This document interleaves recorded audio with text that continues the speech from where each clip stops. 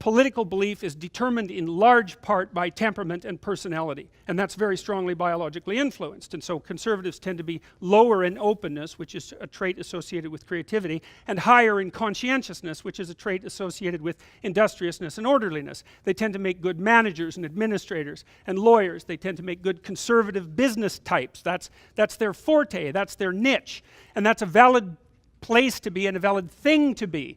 And you know, conservatives aren't so good at being entrepreneurial, and they're not so good at being artistic and creative. That's not their niche. That's more the niche of the liberal end of the spectrum. And as far as I'm concerned, for the political system to function properly, you need proper representation for all the temperamental types, and they need to be engaged in dialogue. So, but the thing is that when the conservatives are saying, well, you know, especially when they're perhaps thinking about leading the damn party, let's say, that they're worried about speaking their mind in a conservative manner, that's just not a good thing. That means that something's gone wrong with our political system, and seriously wrong. You know, and the other thing that, another thing that I've noticed, you know, when this all, some of you may know and some of you may not know, that I made a couple of videos back September 27th. I woke up one night because I couldn't sleep, and I thought, I usually go and write if I can't sleep because I've got something to figure out. But I've been playing with YouTube videos. I've been putting my lectures online since 2013, and by last April they had about 1 million views. And so I thought, wow, that's really something, man. You know, like, you write a book and you sell 1 million copies, you're one happy character. And I thought, 1 million views is a very large number of views. It really tuned me into the fact that YouTube was something completely other than what I thought it was. But anyways, that night I thought, oh, I'll get up, I'll make a video instead of writing it down. So, okay, what else? Here's some things you might think about if you're a conservative. These things have become, what would you say? People are afraid to say them. Here's the first one. The fundamental assumptions of Western civilization are valid. How about that? You know, it's not... You think it's an accident? Oh, here's how you find out, okay? Which countries do people want to move away from? Hey, not ours. Which countries do people want to move to? Ours. Guess what? They work better. And it's not because we went around the world stealing everything we could get our hands on. It's because we got certain fundamental assumptions right. Thank God for that, after thousands and thousands of years of trying. And because of that, we've managed to establish a set of civilizations that are shining lights in the world. You know, now, you can be pretty damn filthy and still be a shining light in this world, right? Because if you look around the world at the state of governance in most places, it's like the most pathological, corrupt, and vicious thugs rule. And to stand out as an illuminated light against that background isn't so difficult. But nonetheless, you know, we're as good as it's got. And unless we can come up with something better, we should be very careful about messing around with that. So why don't we start with the assumption that we're doing something right?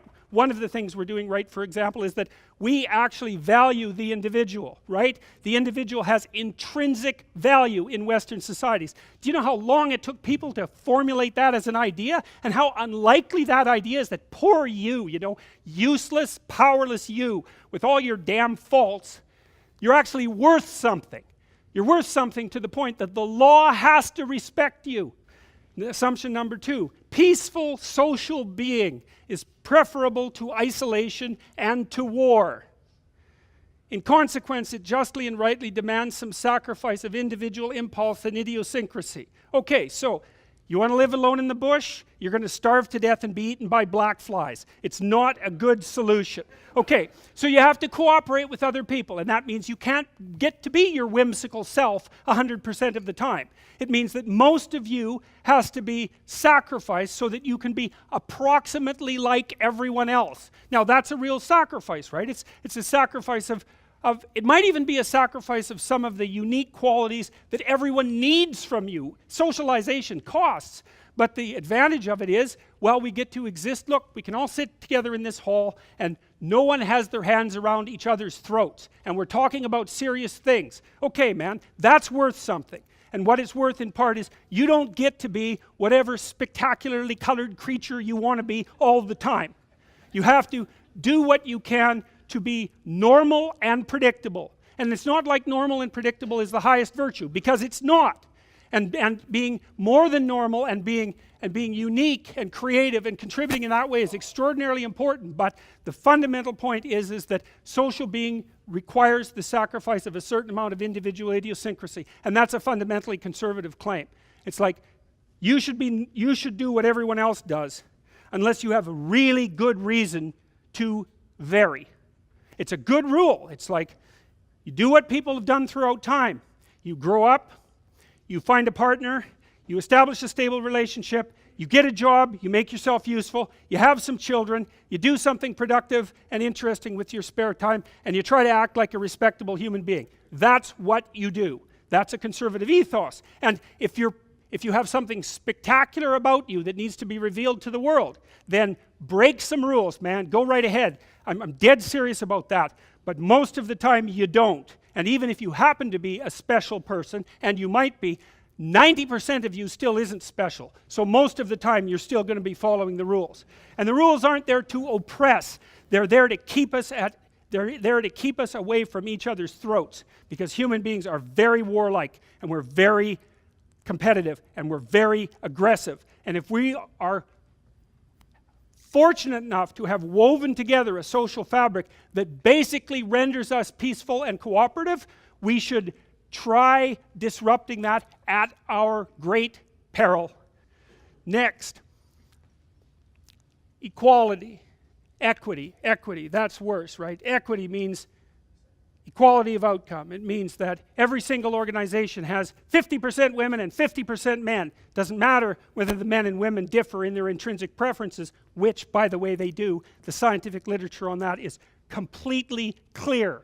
It was established by the early 90s. It was established in the Scandinavian countries, where they've done most to flatten out the socioeconomic differential, say, between men and women. Didn't get rid of the differences between men and women. In fact, they became exaggerated. The biggest personality differences in the world between men and women are in Scandinavia, just as the biggest differences in interest between men and women are in Scandinavia. Because when you get rid of the sociocultural differences between men and women, the biological differences don't disappear, they maximize. So you hear the egalitarian clarion call everywhere. Everything should be equal. Everything should be equally distributed. We should strive for equity. It's like, wrong. Especially if you're a conservative. Wrong. What we want are just hierarchies of competence. Not everyone's a neurosurgeon.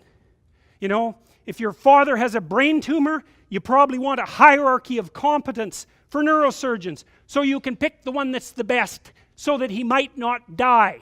That's what a hierarchy of competence is for. For the postmodernists, there's no hierarchy that isn't based on power.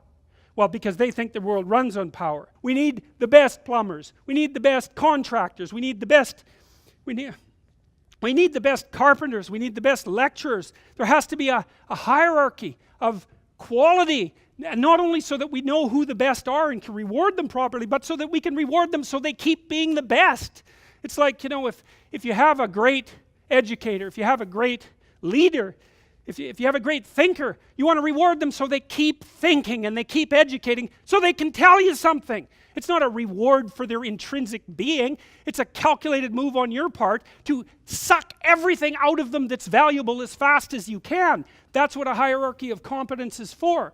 And the idea that hierarchies of competence don't exist it's so cynical. It's such a pathologically cynical idea. And it's actually quite patently untrue.